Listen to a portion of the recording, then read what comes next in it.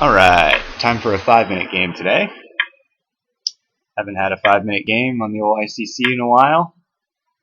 So I'm playing a Grunfeld defense.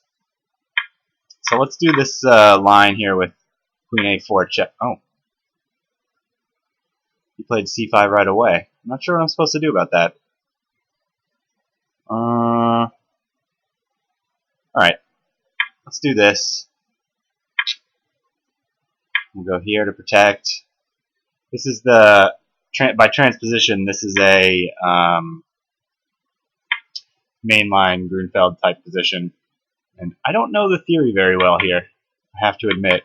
The idea of putting the knight on e2 is to stop this, to be able to play f3 when the bishop tries to pin the knight. Can I win a pawn here? Is that a good line? I can play bishop takes f7 check, and then take on g3. But I don't particularly like, I think, the setup if I do that. So maybe I'll just go back to d3. Like I say, I'm totally out of theory here. And yeah, I'd like to play rook a b1 to get my rook off of the diagonal of this bishop as soon as possible. Yeah, maybe first I can develop my queen and attack his knight. So yeah, white gets the big center and good development in the Grunfeld, and black supposedly has counterplay against the center. Okay,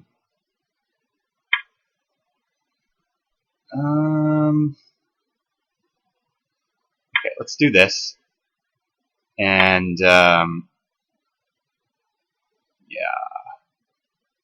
but maybe here. And I'll play, when he plays rook to c8, I'll play queen d2. So I'm still maintaining protection of the a2 pawn and also eyeing the knight. Oh, that's interesting. Takes. Am I okay with that?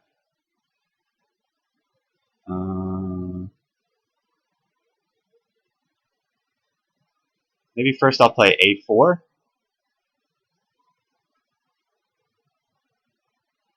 Yeah, I'll play a4 here because he can't take. Well, he can.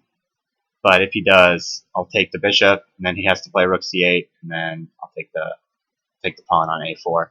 So he'll have a weak pawn on a6 is the idea here. How am I doing on time? And I think it's not a huge deal if he takes the bishop and then takes the pawn. I think I'll just be able to pile up on it. Not 100% sure, but, you know, whatever. Give it a shot. Here I'm going to eliminate the pawn. And I'm going to play this move. And I'm threatening to take the bishop now. Because if I take the bishop, pawn takes rook, queen takes rook, the knight's no longer defended. And also I'll get the queen off of the c file. So that's probably good. I mean, he can just null and void this idea by taking the bishop here, but that's okay, I think. So I think my position's okay. I don't think it's necessarily better, but let's try this.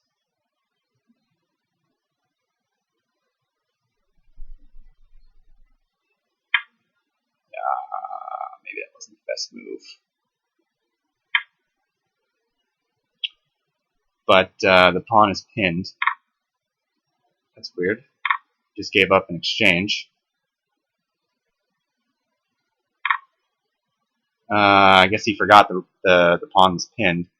So let's try and pile up on this b5 pawn.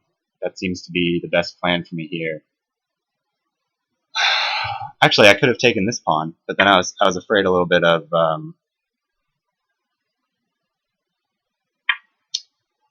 yeah. But what about? So I'm up in exchange here, and I can actually. No, I can't.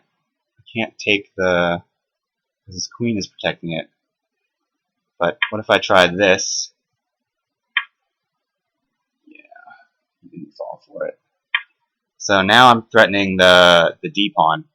Was my idea here because the bishop's blocked its defense of the d pawn. So knight to d4, queen takes d4, something like that is the hope. So I don't know, is knight to e3 anything here? I don't think so. I don't even know who I'm playing here. DP69, 1732. So lower rated than me, but again, this is the Blitz server. So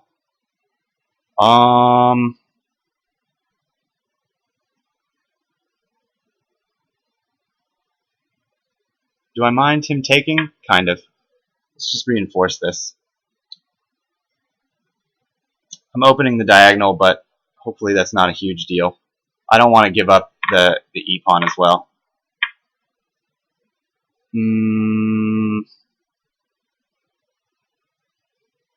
Feels like there must be a tactic here. Takes, knight takes. Takes. Yeah, there is a tactic here, actually. So I can take here. He can't take this pawn because of this, and the rook is hanging. So if he takes my rook, his rook is hanging with check. So I'm just up a rook here, and should be a relatively easy win. I am down 2 pawns for the rook, but I don't think that'll be enough. So he resigns. Yeah. So I thought there was a tactic there, but maybe I could have played this tactic actually sooner. Maybe I didn't have to bother with all of this f4, queen c5, e5 stuff. Let's turn on. I'm gonna pause the video and just turn on the engine real quick. If I can do that. Okay, so we're going to examine the game here, and I've got the engine on. This this is all opening theory. This transposed into a mainline Grunfeld. Yeah, the idea of this is to play f3, stop the pin. So yeah, I thought about this. Check. And then this position. Check. But it's a pawn, but I didn't like the double pawn and the open F file, and maybe it's okay. The computer thinks it's equal, but I didn't really want to do that. It's